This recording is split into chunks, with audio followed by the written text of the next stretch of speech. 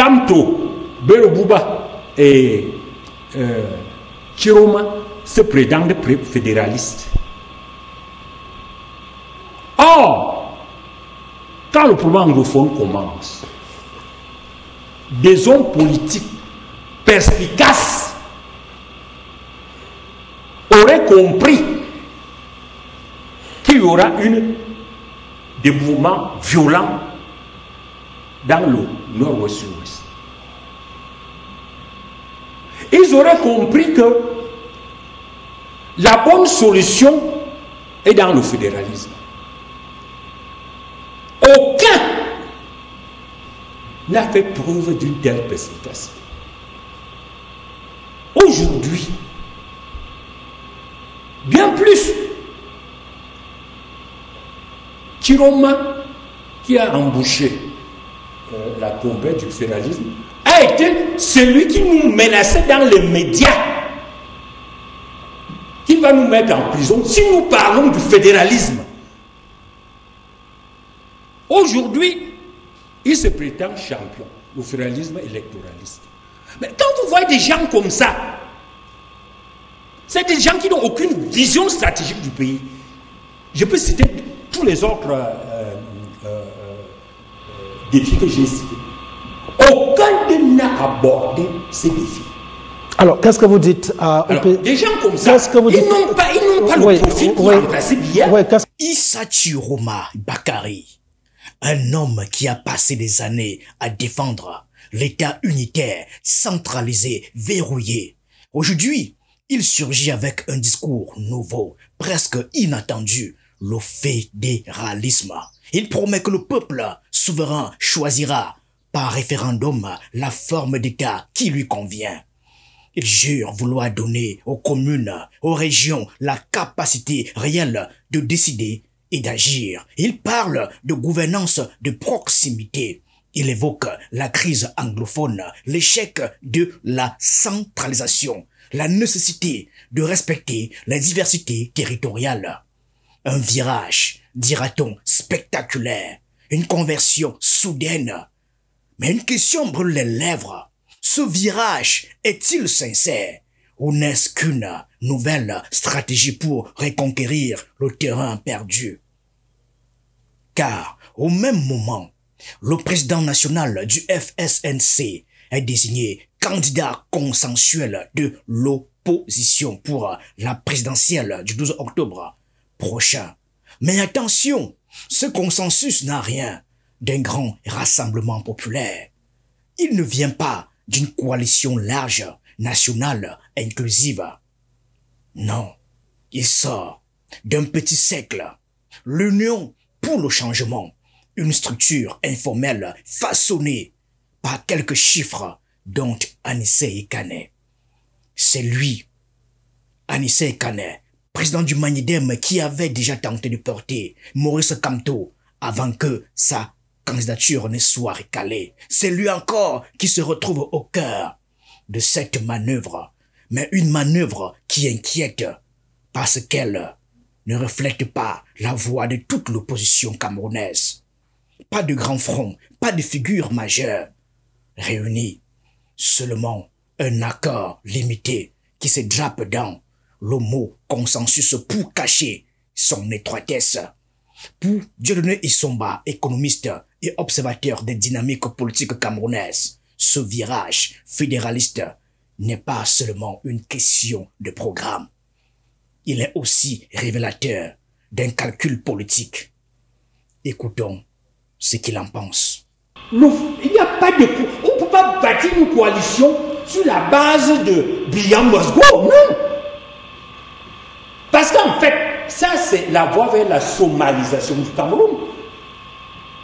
C'est-à-dire, on va remettre le pouvoir unitaire à une bande d'individus qui ne seront jamais capables de s'entendre sur la manière de nous gérer. Il faut d'abord qu'on ait une base. Alors pour vous, il n'y a aucune crédibilité à ce qui s'est passé hier avec la désignation de Chiroma Bakary, c'est ça? C'est la politique, on doit appeler ça la politique des romans photos. Ça veut dire quoi? C'est-à-dire que Ça n'a rien à voir avec du romantisme. Ça n'a rien à voir avec la réalité.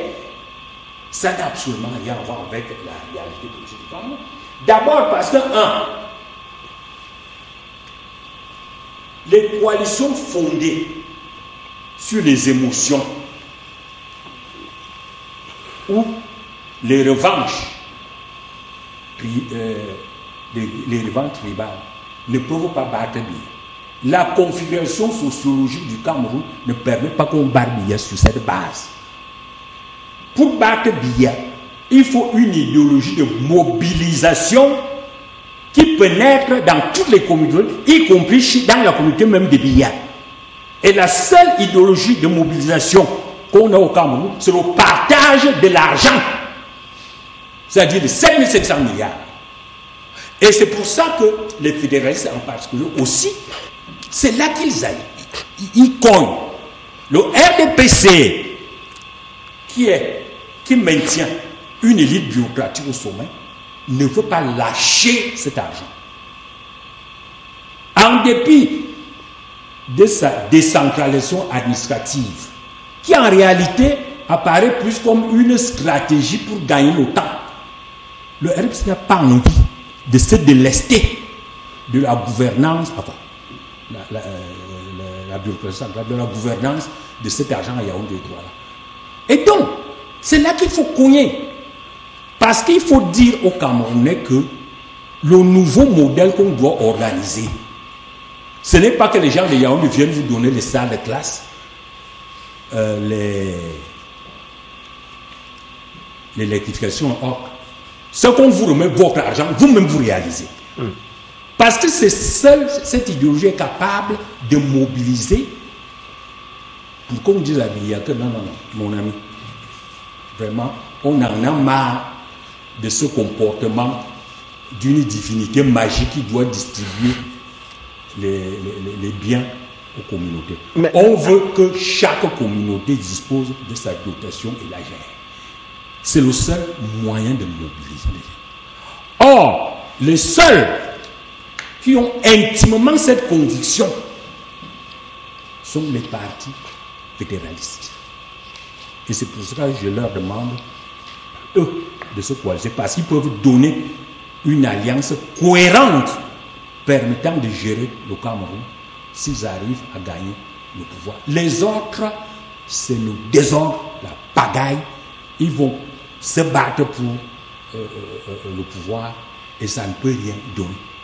L'expert pose les enjeux décentralisation et participation citoyenne sont essentiels. Mais pour être crédibles, elles doivent s'inscrire dans une vision cohérente et non dans un jeu de repositionnement opportuniste. Ainsi, le virage fédéraliste de Chiroma intrigue, mais il questionne aussi, est-ce un programme sincère ou une stratégie pour séduire une opposition divisée ou un électorat en attente de véritables alternatives?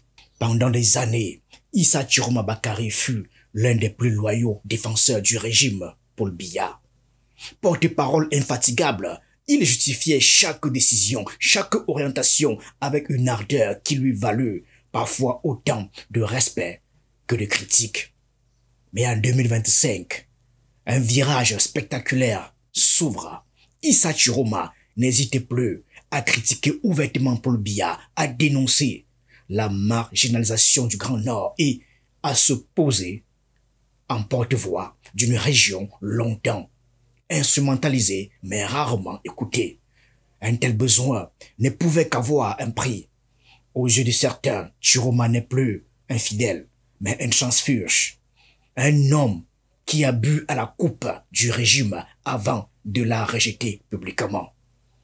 Écoutez par exemple Aristide Manda, cadre du RDPC, qui reprend ce ressentiment.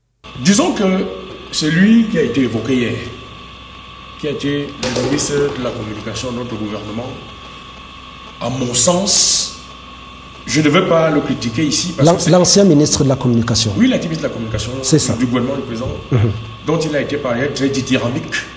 Je ne serais pas surpris qu'au soir du 11, on me dit qu'il n'est plus candidat face à un être aussi palinodique. Je ne voudrais pas l'évoquer. Parce que la politique ne veut pas dire être un traître. systématiquement. Donc en réalité, je ne suis pas très à l'aise de l'évoquer.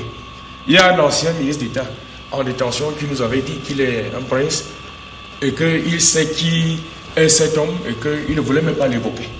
Je ne voudrais pas revenir. On aura le temps de déconstruire. Je ne voudrais pas dire son ambition. J'espère vraiment qu'il va reculer. Parce que il y a les réalistes qui a dit il y a 2 semaines des paroles pas très aimables sur le Cameroun. Si j'ai critiqué la forme, parfois on peut être tenté d'épouser le fond. Si c'est tout ce que notre opposition a trouvé pour venir affronter le mastodonte que je représente, je pourrais boire du petit lait, mais en même temps c'est dramatique, c'est pathétique. Parce que je me serais quand même attendu à ce qu'on ait quelqu'un d'un peu plus sérieux. Vous minimisez à ce point. Vous minimisez à ce point. Je sais ce que je sais. Non. Votre Majesté, non, je comprends. Votre Majesté, si vous permettez. Votre Majesté, je suis en train de commenter ce qui se décline. C'est une actualité.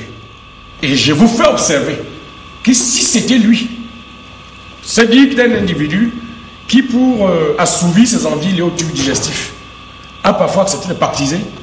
Je ne vois pas en lui quelqu'un de sérieux par du Cameroun, monsieur. Voilà, tout est dit.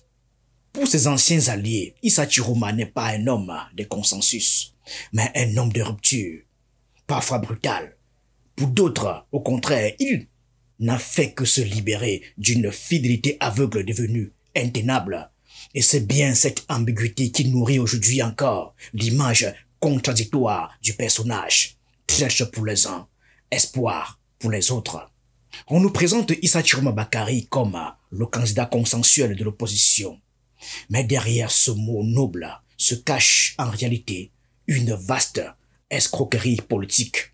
Car ce consensus n'en est pas un. Loin d'être le fruit d'une large coalition, il a été fabriqué dans des cercles fermés par une poignée d'acteurs menés par Anissé et Canet. Une opération d'appareil plus qu'un mouvement populaire. Le résultat, une mise en scène, une illusion d'unité destinée à rassurer les électeurs et surtout à tromper les observateurs. En réalité, cette désignation impose un homme au parcours qualifié de caméléon, suscitant méfiance et rejet. Et pour beaucoup, c'est moins un espoir qu'une manœuvre d'affaiblissement de l'opposition, une stratégie pour neutraliser ces forces réelles. Ce prétendu consensus n'a donc rien d'une avancée démocratique. C'est un masque, un amortisseur au service du statu quo. Une mascarade électorale qui trahit, une fois de plus, les espoirs d'un vrai changement au Cameroun. Écoutons Célestin Bédigui, le président du PAL, qui a posé des mots clairs sur cette manœuvre. Depuis que nous avons commencé la politique dans ce pays, il y a une trentaine d'années, il y a plus de 30 ans, c'est cette mentalité qui est en train de s'imposer et qui aujourd'hui essaye de commettre simplement cette espèce de casse politique-là, de faire croire qu'un candidat consensuel de l'opposition aurait été désigné hier, et l'affaire est reprise par des médias aussi crédibles que vous, par RFI. Mais qu'est-ce qu'on devrait faire? Quand on parle de candidats consensuels, ça signifie qu'il y a un consensus qui a été opéré par un certain nombre d'entités politiques identifiables. Dans le cas d'espèce, Issa Chiroma était la seule. Où est l'autre homme politique candidat qui était là pour qu'on parle de candidat? Et vous relayez cela. Vous ne devriez pas relayer cela. Vous vous rendez complice, peut-être, d'une tentative d'escroquerie politique. Bon, mais or, la situation est plus grave, est très grave, et ne mériterait pas qu'on crée une distraction comme celle-là. Voilà le paradoxe. Sous couvert de consensus, sur fabrique de la division, on prétend unir, mais on fragmente. Et c'est ce brouillard politique qui enveloppe aujourd'hui la candidature d'Issa Chiroma Bakary. Mais au sein même du groupe de Douala, qui a longtemps milité pour la désignation d'un candidat consensuel de l'opposition, des fissures apparaissent. Sambaka, pourtant membre du dispositif, dénonce un choix imposé, unilatéral, sans véritable légitimité. Pour lui, la vérité est ailleurs. Le vrai poids politique de l'opposition, ce n'est pas Issa Chiroma, mais bien Maurice Kamto, recalé du scrutin, mais toujours reconnu comme la figure capable de rassembler, de dialoguer, de porter une médiation nationale. En marginalisant Kamto, ce processus sape sa propre crédibilité. Il prouve que l'opposition n'est pas unie, mais éclatée, que la méfiance, plus forte que la volonté d'unité, continue de miner toute perspective d'alternative. Écoutons Sambaka lui-même qui explique ici son rejet de cette désignation. Je compte soutenir un candidat consensuel. J'estime que... Mais il est là. Non, non, Issa Chiroma, c'est le consensus de 2 personnes. Et puis peut-être d'autres. Parce que j'ai cru entendre qu'il y a des partis politiques qui se sont alliés, mais qui ne sont pas candidats. Vous comprenez? Moi, je ne suis pas candidat, je ne vais pas aller m'allier à un candidat alors que je ne suis pas. Généralement, tous les partis disqualifiés par le Conseil électoral. Maintenant, il y a un candidat, n'est-ce pas, qui a été disqualifié au Conseil constitutionnel, qui pèse lourd dans le giron politique camerounais. Celui-là peut faire des médiations proches par rapport au groupe de Douala qui, lui, conditionne plutôt les candidats, n'est-ce pas, à se mettre ensemble. Et leur explique pourquoi il faut se mettre ensemble. Parce que c'est une équipe qui doit pouvoir gagner. On nous fait savoir qu'une transition n'est pas possible, mais le Cameroun ne décollera jamais s'il ne passe pas par une transition. Si vous voulez, on fait le pari aujourd'hui. Ouais. S'il n'y a pas de transition au Cameroun, il n'y a pas de décollage. Nous avons connu cela, excusez-moi de terminer, en 1991, avec la réunion tripartite. Au moment où on était en train de bâtir quelque chose, ben bon Dieu, le parti au pouvoir n'a pas respecté les accords de la tripartite. Et l'opposition qui était divisée, certains ont trouvé que ça ne valait rien. Or, regardez les gens qui étaient à la tripartite. Regardez la société civile qui était à la tripartite.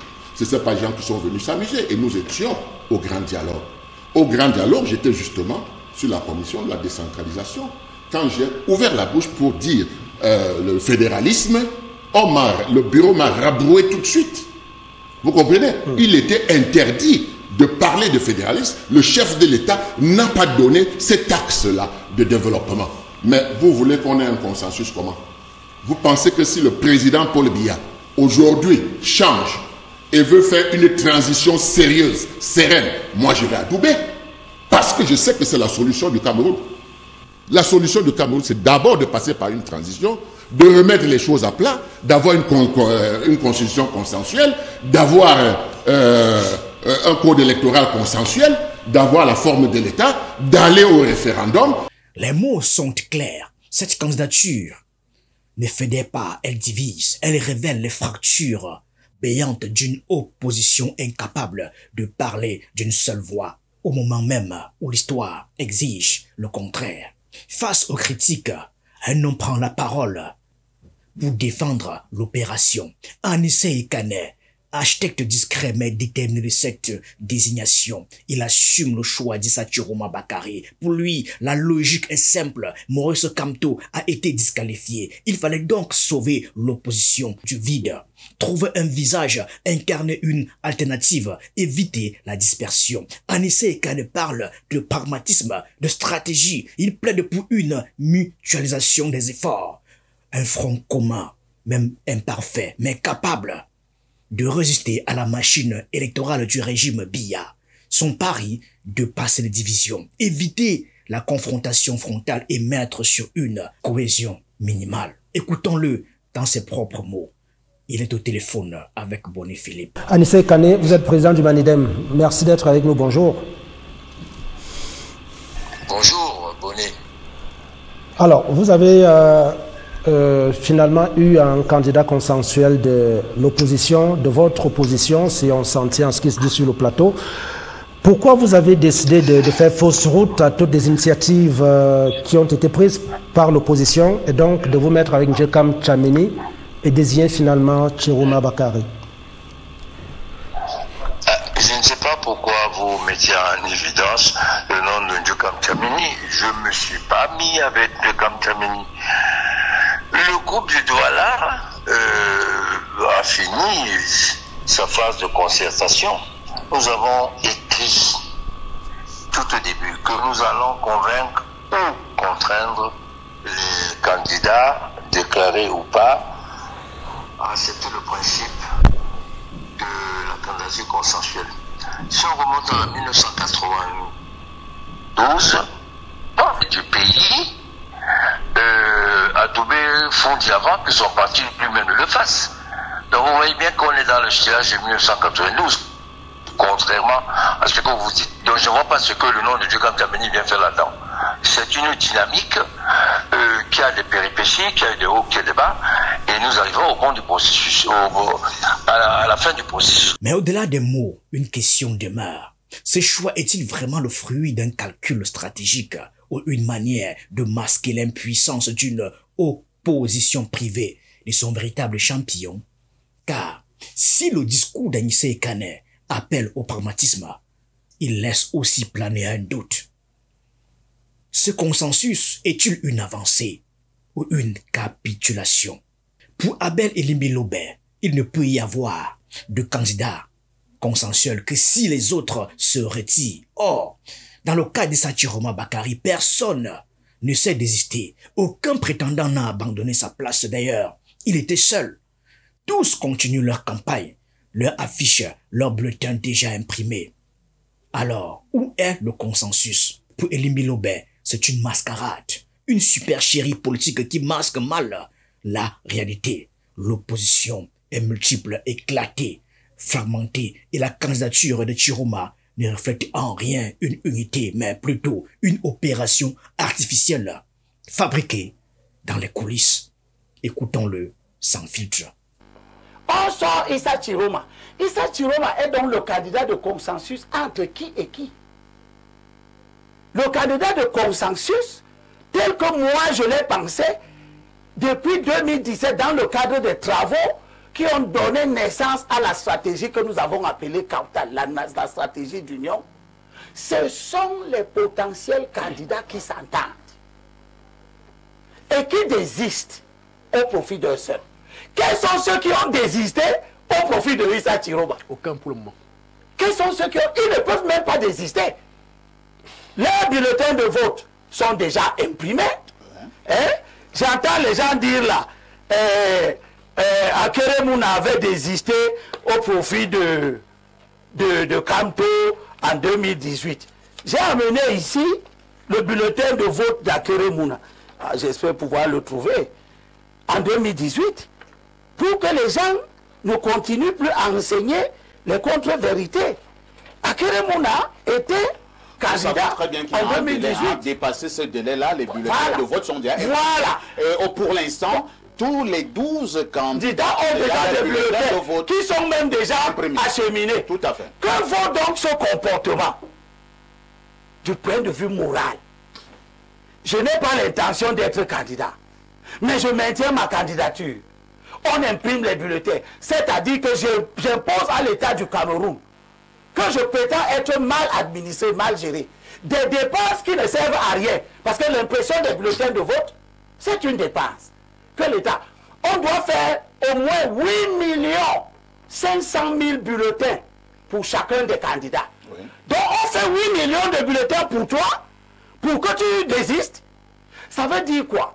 Ça veut dire que le temps de toute cette tractation-ci est révolu. Vous n'avez pas pu faire ça jusqu'à la prononciation des recours, jusqu'aux décisions du Conseil constitutionnel. Vous avez entretenu le désordre. C'est terminé. On n'a rien à attendre de toute cette tractation.